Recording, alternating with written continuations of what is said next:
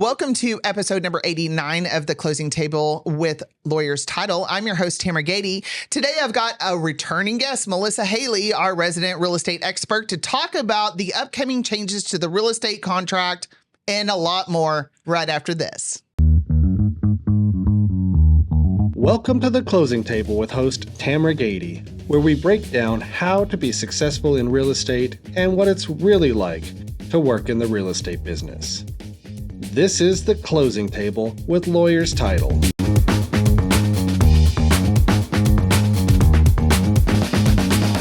Welcome back to episode number 89. Again, I'm your host, Tamera, and we are welcoming a returning guest, Melissa Hailey.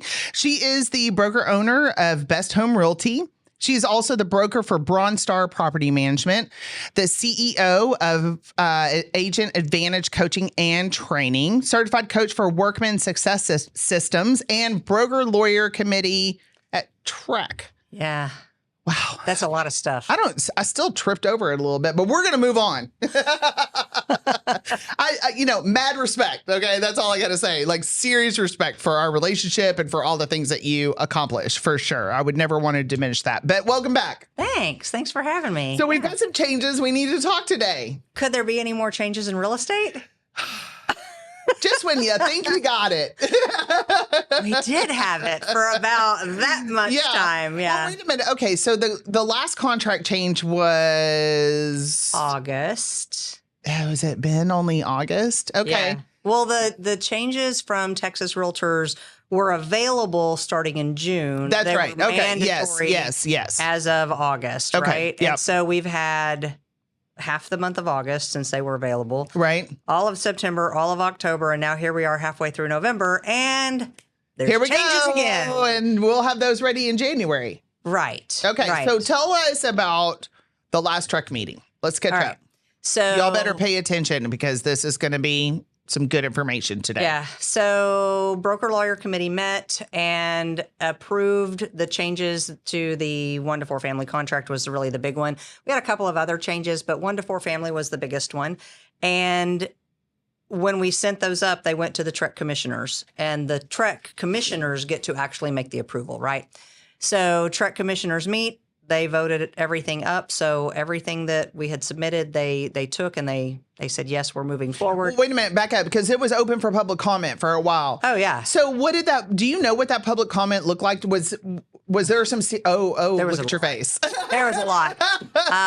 There was 150 or so public comments this go around, and that is not normal. And Okay. It was pages and pages and pages and pages and pages and pages of 150 pages, I should say. Oh, 150 pages of yes, comments. of comments. Oh my gosh. And some of them were clear and obvious that somebody had had a sales meeting or some sort, and they had told all of their people, please send this to Trek, and people had just copied and pasted it. So we got a lot of the same thing. Okay. But there were a lot of very thoughtful comments. And actually, what's kind of interesting is once the broker lawyer committee creates the documents and sends them out for public comment, they can make what they call non-substantive changes, right? So, for example, we submitted for public comment to remove some wording in the contract in an effort to make the contract shorter. And the wording in there was in there, I don't know, 3 or 4 or 5 times, where it said things like, and there's an addendum for this, and if this pertains to your contract, you need to attach the addendum. And it kind of said that over and over and over again. Well, in the public comments, some people said, wait a minute, please don't take that out. That's my reminder that I need to put an addendum to the contract. Yeah, I don't see any problem with that. Right. Do you? No. Yeah. So what happened was after we came back, after the public comment, when we were meeting, we decided after further consideration, you know what, maybe we should leave that in. Yeah. So that was a non-substantive change because we thought we were going to take it out. We left it back in there. So it was able to continue to move forward. Okay. Now, if we would have made big changes after the public comment, we would not have been able to send them forward to the commissioners for review, right? Got it. For Yeah. because then it would have had to go back out for public comment again and all the process, right? So we started working on it in, let me think, September? I can't remember now. I guess our meeting was in September, I really don't have the dates in front of me. We made some changes. We sent it out for public comment. It has to go out for 30 days for public comment. Then the comments get all tabulated and sent to the members of the committee, and then we meet again, right? So there's always this break in between when we come up with our suggested, this is what we want to do, to let's review it again in light of all of the comments. And we did read through and we do look at all of the comments. And I think that that's important for people to know that when you give those comments, your voice is heard. I think that's Right. very important. Yeah. It is very important because we're making changes that affect you as a you're real the one estate using it. license holder. Yes, You're going to be yes. using this form. So anyway, so we made the changes based on the comments that were non-substantive. And then we sent everything forward to the commissioners. The commissioners met November the 4th and they approved everything. So now we're in the process, TREC is in the process right now of getting those out and making them available. And they will be available once they get that all done, they'll be available for voluntary use. Yep. From whatever day they become available, sometime I'm going to guess in November. Throughout the month of December, they'll be voluntary use.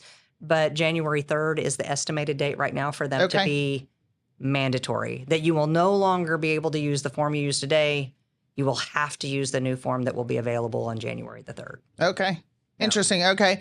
So let's walk through the highlights of the changes to the 1 to 4. Yeah, and the 1 to 4 is the big one. Now, certainly there were some other forms that are just kind of important to just note, and I think it'd be easier to kind of note those first and then circle back. Okay. So we created a form for 1031 exchanges. We didn't have heard one about that. before. Yep. That's new.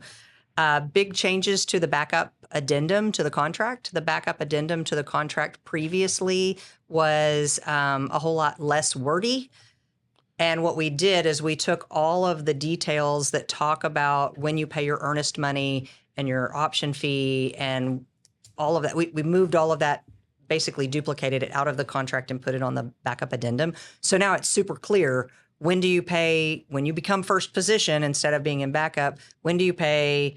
What are the consequences if you don't? Like all of that stuff's in there. So I Okay, think good. that was Yeah. super Yep. smart. Yep. Some tiny changes on third-party financing addendum where, and it's a tiny change, but it's an important one.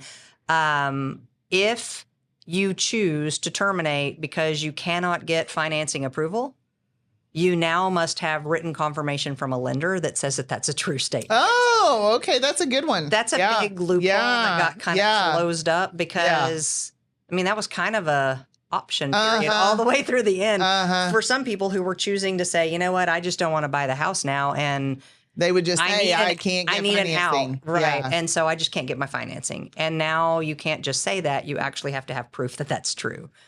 Well, and lenders have license numbers. So if they falsify that document and anyone finds out, Right.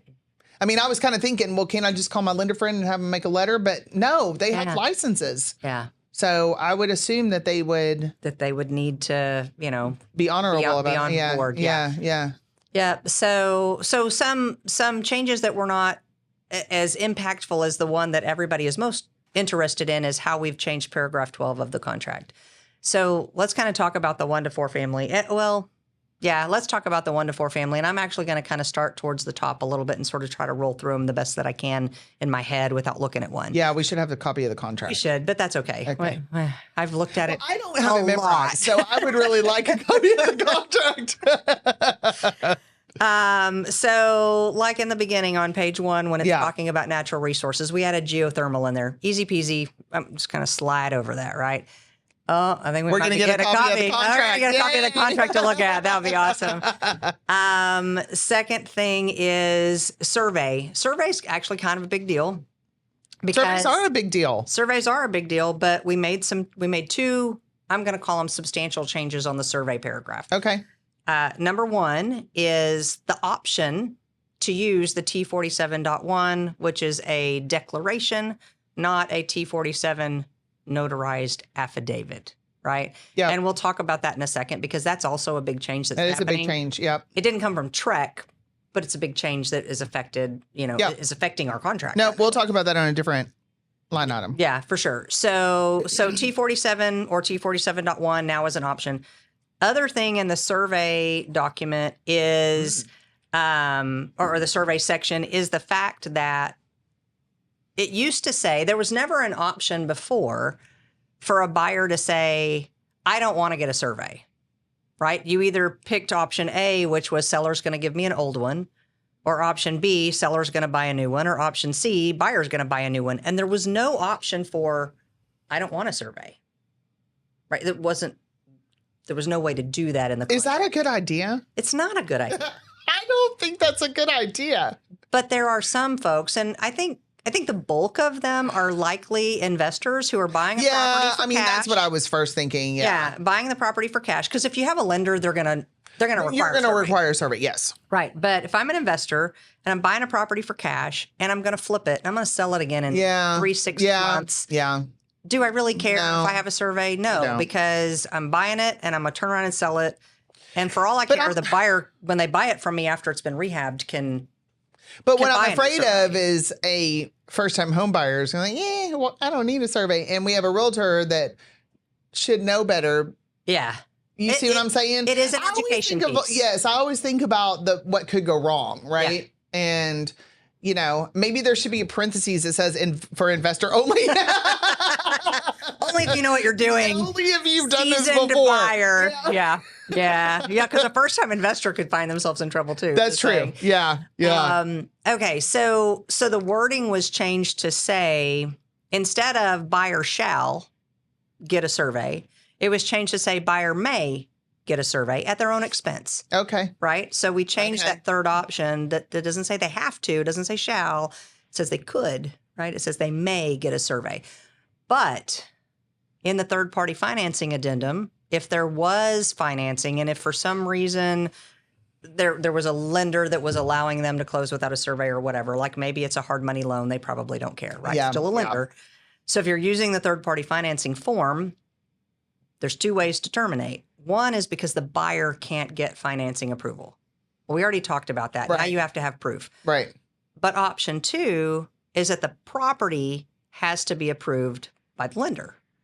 Well, what if the lender came back and said it's not approved unless you get a survey, right? So we anticipated preemptively that there may be that situation. So now in the actual 1 to 4 family contract where it says you may get a survey, it also says, but if you choose not to get a survey, you do not have the right to terminate that under third-party financing, under property approval. Got it. For the lack of the survey. Got it. Right? So we gave them a loophole, but then we closed it back up. Then we closed it back up. Right. Got it. But it gives the buyer the option if they fall into that very narrow category that maybe they don't want or need a new survey.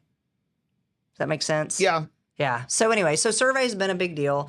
I think the biggest thing that people are interested in and concerned about is the change in the compensation, right? Because compensation's been part of these changes all stinking Oh, yeah. Everybody's that. I mean, we have whole addendums. Oh, my gosh. Which we should talk about. Yeah. Because those likely will change. Okay. Right? Oh, my gosh. Here we go. Here we go. All right. So paragraph 12. Yeah. We've had paragraph 12A, 1B. Yep. Forever and ever, as long back as I can remember. It's a long time. And in paragraph 12A, 1B, it always said seller could give money to the buyer and the buyer could use it towards their closing cost, right? And then right underneath it, it talked about what the buyer's closing costs were, like the appraisal fee, the loan application, all of these things, right? Well, what we did is we added 12A, 1B and then 12A, 1C. Okay. So there's now 2 ways in paragraph 12A where we can have a seller give money to a buyer for specific expenses, right? So the first one, 12A1B, is now seller can give money to the buyer in either a dollar amount or a percentage, either or. Seller can give money to a buyer so that they can use that to pay any broker fees that they're obligated to pay in a separate written agreement, like a buyer rep agreement. Okay. Right? And then paragraph 12A1C is now, and then seller can give buyer a blank amount of money, a dollar amount, to apply to anything else. And then right below it, it lists out all the other anything else's could be, right? Like appraisal fees, loan origination, all that kind of stuff. Okay, yeah. So it's basically building into the contract a way for the seller to give money to the buyer for the buyer to pay their agent. Because what's also important, and I think this is a big piece, is under seller expenses and under buyer expenses in the contract, they were always very specific. What are your closing costs? And we have added in broker fees that they've been obligated to pay in a separate agreement. Okay. So the agents and the brokers are listed as a closing cost that must be paid in order to fulfill this transaction. You know what I mean? And so that I think that's an important piece. It is an important piece because that is part of that's their. Well, it isn't even part of the new world, because this stuff has been happening. Well, sure, it's been the case forever. Yeah. Right, but the wording of it has been changed as such to make it very, very clear, because that's really been the thing. It's not been that we made big changes. It's really been that we're being so clear and so transparent about who's paying what, where's the money coming from, where's the money going, and do you have a thing in writing, right? Like the whole idea of getting a buyer rep agreement is we got to have that stuff in writing. Yeah. So, yeah. So anyway, so that's the other big change. I think he's got it all pulled up here on the screen. I don't think there's anything else. If you want to scroll down the rest of that, I don't think there's anything else. Those are all the ones that we took out. Sure. There is one more I should mention. There was a change in the Texas Occupations Code about mold remediation. And I think this is important for people to just be aware that there was a change in the law. Like the legislature said, we got to make this change about mold remediation. So we added it to the contract. And it says that if you had to have a mold remediation company within the last 5 years before you can sell as a seller, you need to give the buyer a copy of your certificate that work was complete. Okay. It doesn't seem arduous, but I think people are a little bit freaked out because they're like, wait, how do I know whether they got a certificate or not? Here's the thing. The mold remediation company already knows what they need to provide. Sure. And if the seller had big work done, they should have a copy of this in all of their records. Or be able to get a copy. Right. And all of the rules still apply that if it's a teeny tiny little spot and it's like, a tiny little, size of my, hand or something, it's a littler spot of organic bacterial growth, whatever they're calling it these days. If a seller fixes that, I mean, I'm not an attorney or anything, but if a seller fixes that on their own, they're okay. But there are some rules about if you have this much space that you need to have a professional. And so if you had a professional, you need to provide the certificate. That's really what it's all about. Yeah. Okay, so those are the big changes. Mm-hmm. Yeah. In a nutshell. Yeah, that is the big changes in a nutshell. There's not really anything else on there as he's kind of scrolling down everything.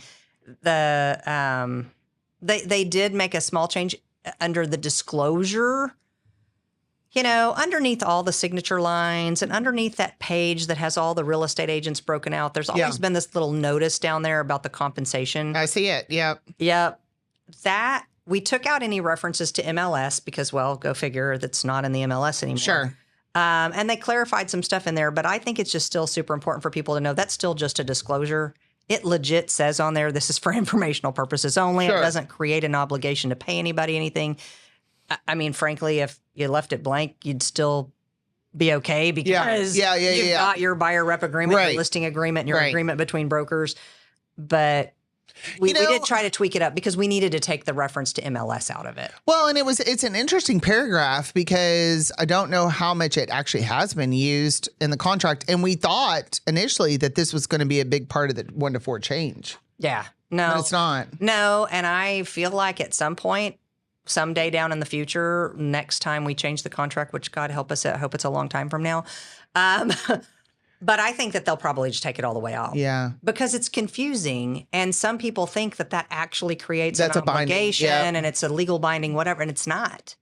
I think that's an important thing to say on the podcast today. Yeah. It is just a disclosure, an FYI to help a title company out.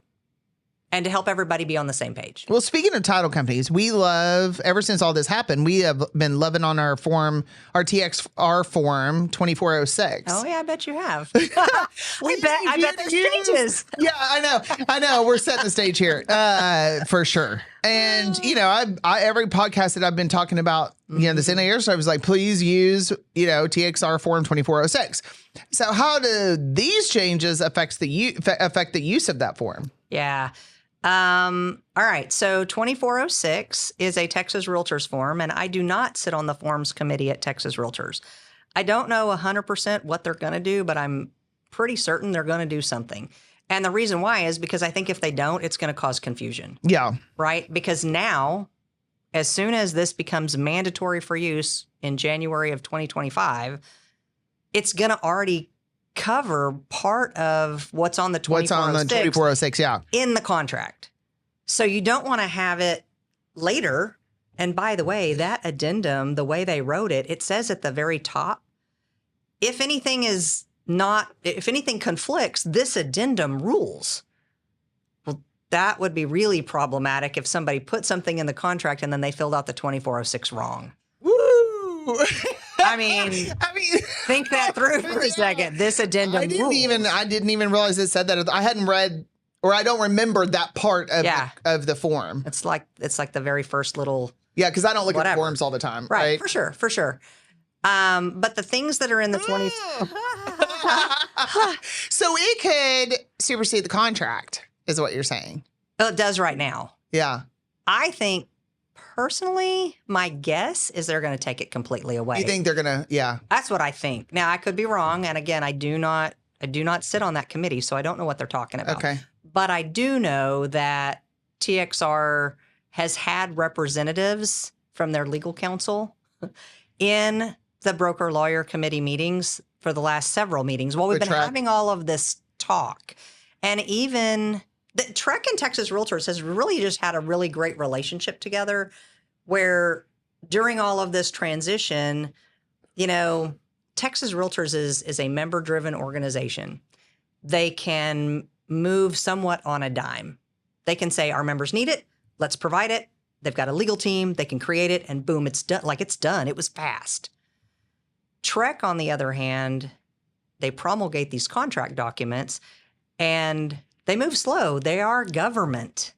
They move slow. And because they move slow, we're just now getting around to dealing with this. Right. Well, TXR fixed it months and months and months And you're ago. right. A says, if any part of this addendum conflicts with a provision in the contract, this addendum will control. ooh. Ha ha. So here's what I think is, helpful or not helpful, right? Is that in this addendum from Texas Realtors, it says listing broker fee is going to be paid based on the listing agreement, period. Yep. Doesn't say what it is, just says that's what's going to happen. Yep. Well, in the 1 to 4 family contract, it's not mentioned. Right. Because it's in a separate written agreement. Like, it's not part of the contract, right? It's always been in the listing agreement. It was in the listing agreement before we had this addendum, right? So we just didn't address it because we'd never addressed it before. And it still stands that the listing agent, the listing broker is being paid in a separate written agreement. Then the other thing that the TXR Form 2406 says is it talks about other brokers' fees.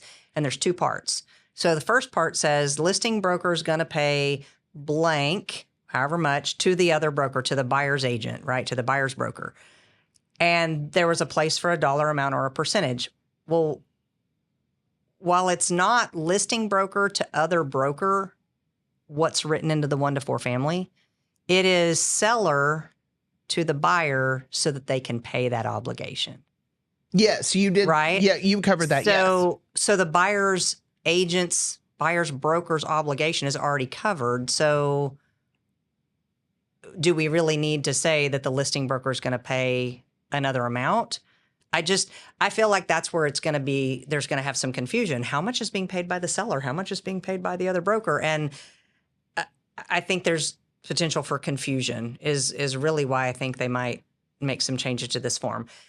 The other part of it said the seller would pay some money towards the other broker's fees. Well, that is already exactly what is in the what you just put in the contract.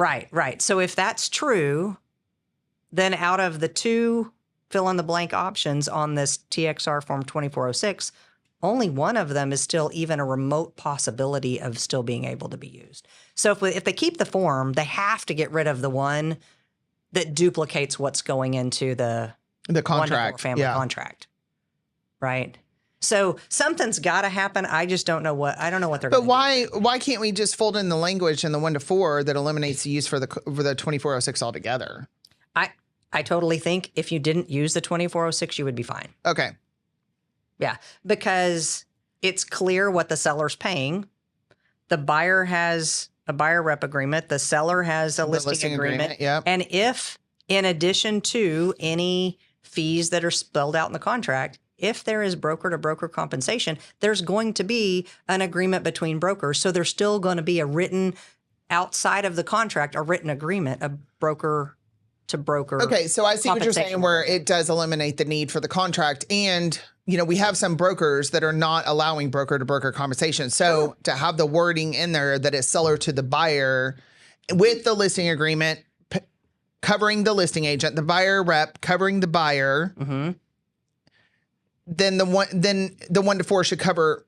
If you have both of those agreements in place, the 1 to 4 takes care of it. Right. Or let's just say this. Let's go a step further. Let's talk about a real world example. So let's say that you're the buyer agent, I'm the listing agent. You've got a buyer, you've got an agreement that says you're supposed to be paid something. You don't work for free, whatever that amount is. Okay. I've got a listing agreement that says that I'm going to be paid something. I don't work for free, no matter what it is, right? And your buyer wants to buy my listing, and you call me and you say, Melissa, are you offering cooperative compensation? And in my listing agreement, it says that I have X number of dollars or percentages, and that some of that is to be shared with the other broker. Yeah. So I'm going to tell you, oh yeah, we're offering something. If it is enough to cover all of your fees for your buyer, then when you get to paragraph 12, 12A, 1B, and C, you just don't need to put anything in there. Just leave it blank. Okay. Because you're already being paid by the listing broker. Mm-hmm. Does that make sense? There's no reason to add the seller to pay anything else. So you can just totally leave it blank, just like you might have left the 12A1C blank if the buyer didn't want any of their other closing costs covered. There's no requirement that it has to be paid that way. Does that make sense? Yeah. But let's run that same scenario a little bit differently. Let's say it's the same deal. You've got your buyer rep agreement. I've got my listing agreement. And maybe the amount of money you're expecting and the amount of money I'm willing to co-op, or that my seller's given me permission to co-op, is less than what you need. You can totally make up the difference by putting that into the contract. Seller's going to have to pay the buyer the rest of it, or your buyer can pay it. You still have options. And if I'm not offering you anything, you can put it all in the contract, or your buyer can pay it, or you can put a portion of it in the contract. You don't have to put the whole thing. Okay. That makes sense? Yeah. But your agreement, your buyer rep agreement, still controls what they owe you. Correct. Yeah. So lots of options. No need for 2406. Okay. Because in all of those scenarios, everybody was being taken care of the way they should have been without having this extra page. And gosh, if we just had one less page in the contract. Oh my gosh. That could be so helpful for everybody, right? So helpful for everybody. Yes. It's just less confusion, less forms, less confusion. Less forms, yeah. And I think that was one of the things that I thought was interesting from the NAR settlement is all these forms started, addendums and forms started popping up all over the place of all these things that we had to, start adhering to in order to justify the commission, whatever that looked like in the existing contract. So we'll go through more confusion to get to less confusion. Well, I figure realistically, between December and January, maybe even into February, there just needs to be a lot of contracts classes. Yeah. If you haven't taken one between Thanksgiving and the New Year, you should definitely do it. Or Thanksgiving and Valentine's Day, you should definitely do it. Take some contracts classes because it's all changing again. But then I think probably by summer of 2025, things ought to be shaken out, and they ought to be kind of where they need to be. No, I find that anytime we have a major contract change, it's about 2 to 3 months. Yeah. Well, we just had 2 months. Yeah, and we got had some the one, and now we're having 3, another. yeah. So it's more like it's been a whole year of changes in the contracts, and that's hard. the market's hard. Now contracts are hard. It just Yeah. makes real estate harder for the practitioner all the way around. So, speaking of more changes, now we're going to talk about the T47. Yep, we can talk about that. So now we have the option in the new contract to take the declaration as opposed to the affidavit. Yeah, because I saw when the Texas, because I get all the notices, same notices you guys get from Texas Realtors and Track and all of those things, because I pay attention to all that. And I saw when the Texas Department of Insurance approved for use the T47, and I rolled that out. I rolled that out on social media. Looky here. Yeah. We got a new T47, right? Yeah. Even though knowing that we still couldn't actually use it because we needed the 1 to 4 to fall in line, the verbiage to match. Right. And be able to use this declaration, right? So, but let's talk about what has changed. What is the difference between the T47 affidavit and the T47 declaration? Whoa, hold on. Let me do it again. Okay, hold on. I'm going to get my 4 numbers right here. Yeah. T47 affidavit versus T47.1 declaration. Right. And that's true that it's got this .1. .1. And that's just TDI did that, right? I know. Like the Texas Department of Insurance. It's okay. It's there. Yeah. Right. It's another. It's in a form to go amended form. Well, and I think we as real estate practitioners need to kind of treat it like we just talked about with the mold thing, right? The law changed. The mold thing is now a deal, and we just have to be aware of it, right? TREC's not changing the T47. Texas Realtors isn't changing it. Your broker's not changing it. The Texas Department of Insurance changed a form. And it allowed us to have some flexibility, so we wrote it into the contract. And I think it was super smart that we had some forward-thinking people on the attorney side of our broker-lawyer committee. On the lawyer side, some of our participants are involved with title. So they knew that this T47.1 was coming, and so they were like, hey, it'll probably be approved by the time we're getting these new forms. Let's start sticking it in our forms. So that was, I think, forward-thinking on TREC's part, right?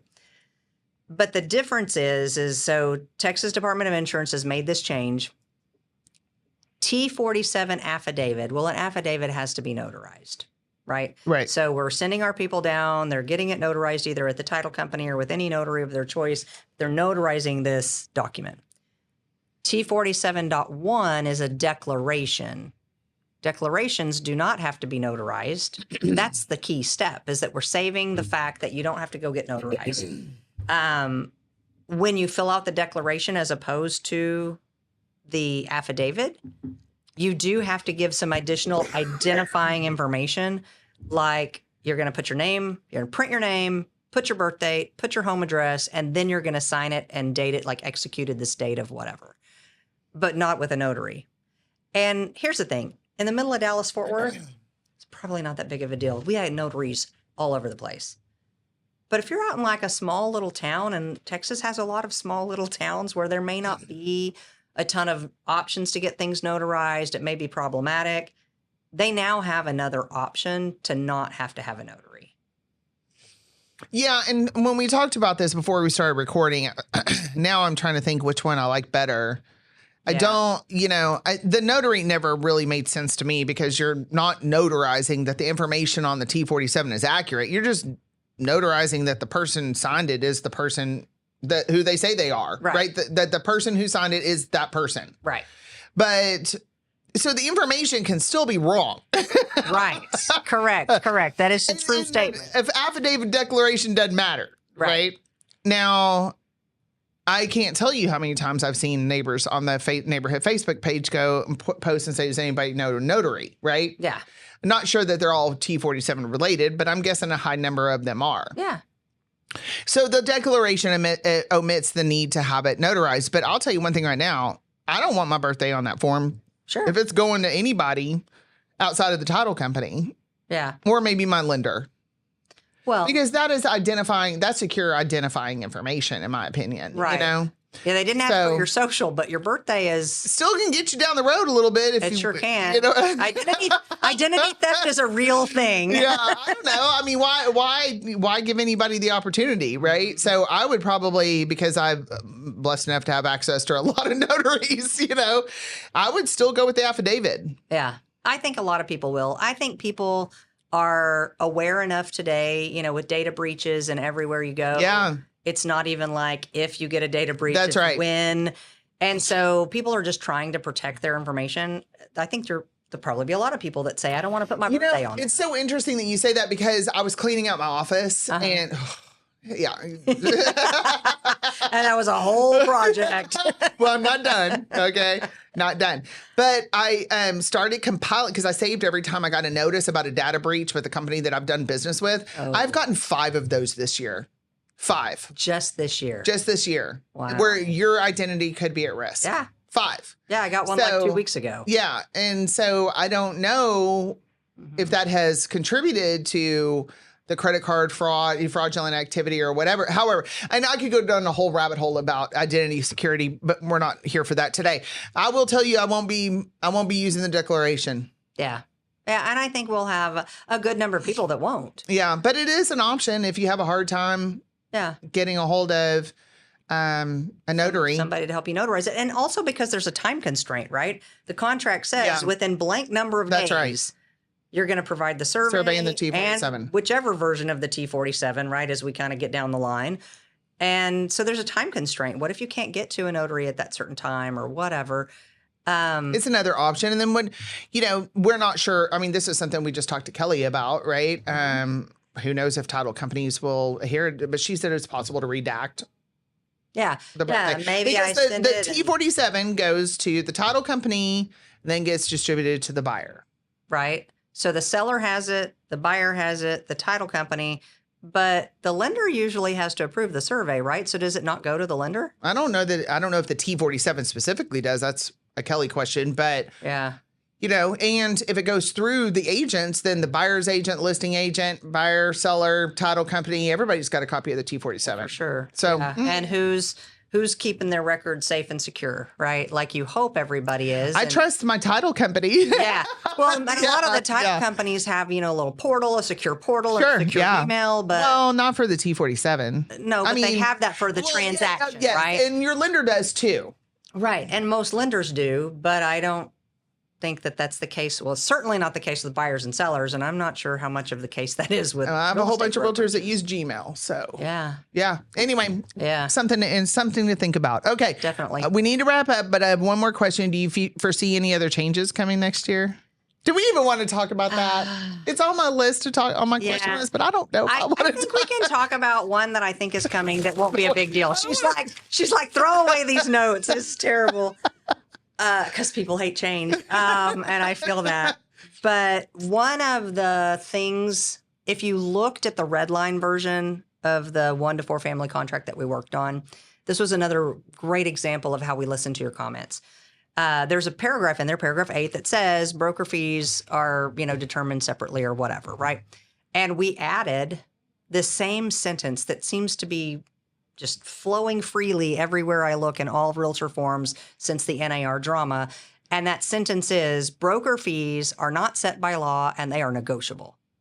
So we wrote it in where it was talking about broker fees. And we got more than one comment from people saying, why would you tell people that when we're negotiating a contract? Because that's not when they're negotiable.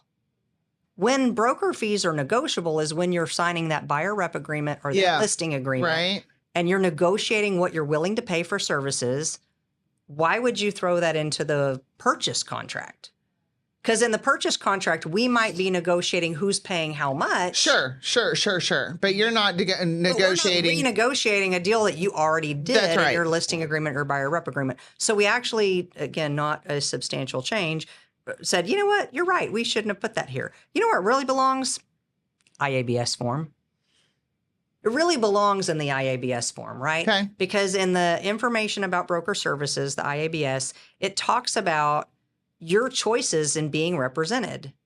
And it would make a whole lot of sense to say, and if you choose to be represented, broker fees are not set by law, they're negotiable, right? Yeah, I think it's a great idea. Yep. And so likely at some point next year, that will be a change to the information about broker service. I don't think it's going to be a big enough change that people are going to be freaking out. I think it's a good change. I think the words are necessary and should be there. But I don't think that's a big change. It's an easy change. I guess is what I'm saying. It's an easy change. I mean, there's a blank there for a reason. Yeah. You don't have to pay X. Right. There's a blank. Yeah. Yeah. Well, yeah. And that's already written into the buyer rep agreement and the listing agreement Right. from Texas Realtors. Right. So Trek was just like, we could put that in the IABS form. We're just reiterating it one more time from the consumer protection state level as opposed to from the Texas Realtors member driven organization level. Yeah, I get it. Yeah. So there's more changes to come, but I don't think anything earth shattering. This that we're going through right now, this is going to be the big one for maybe a minute. I hope so. Okay. And I hope TXR makes some kind of decision about their 2406 in conjunction with all of this stuff so that it all comes out at once, right? So that it's like, okay, here's all the changes and now you don't have to use this form, or now we've revised the form, or however they're going to handle that. I hope it happens in conjunction. Coincides, yeah. Yeah. Interesting. Yeah. Well, here we go. Here we go again. But you'd at least get the holidays. You do get the holidays. You get the holidays to learn it and take Merry more. Christmas. Merry Christmas. Come take a contracts class. Yeah. Yeah. Oh, that means you're not going to get a break. Yeah, for sure. I actually just booked a contracts class for like mid-December, right next to a code of ethics class, like 2 days back to back, because code of ethics is another thing that all realtors must complete every 3 years. And if you haven't done it this year, you got to do it by December 31st. Oh, I know. I've already had people texting me. Yeah. So I booked a class for mid-December, code of ethics and contracts, 2 days in a row. Yeah. Those are both. Do realtors procrastinate? Yeah. Never. You have no idea. Yeah. I'm teaching those at the Plano Chamber. Oh, you are? Yeah, not with the title company. Like I teach a lot for. You mean CCAR? No, the Plano Chamber of Commerce. That's interesting. Yeah. I just needed a space and we're members, and they have a big I understood. room. I got it. So got we it. rented the big room. Okay. When are you doing that? December 11th and 12th. All right. I've got a realtor. You'll add to the list. I'll send them your way. I always, if we're not offering a class at the time, I go straight to CCR calendar. Sure. Yeah. And this isn't through the board office. This is just Agent Advantage. Teaching a class because we knew it was important, and you got to have stragglers. Yeah. There's always those. Okay, well, thank you again for being my guest. I always reserve the right to have you back, full of information and very good partner of ours. So thank you very much. I really appreciate it. And that's a wrap on episode number 89. Again, I'm your host, Tamera Gady, with The Closing Table with Lawyers Title. If you like my content, you're really going to love my escrow team. So give us an opportunity to talk to you about your title needs and make it a great day.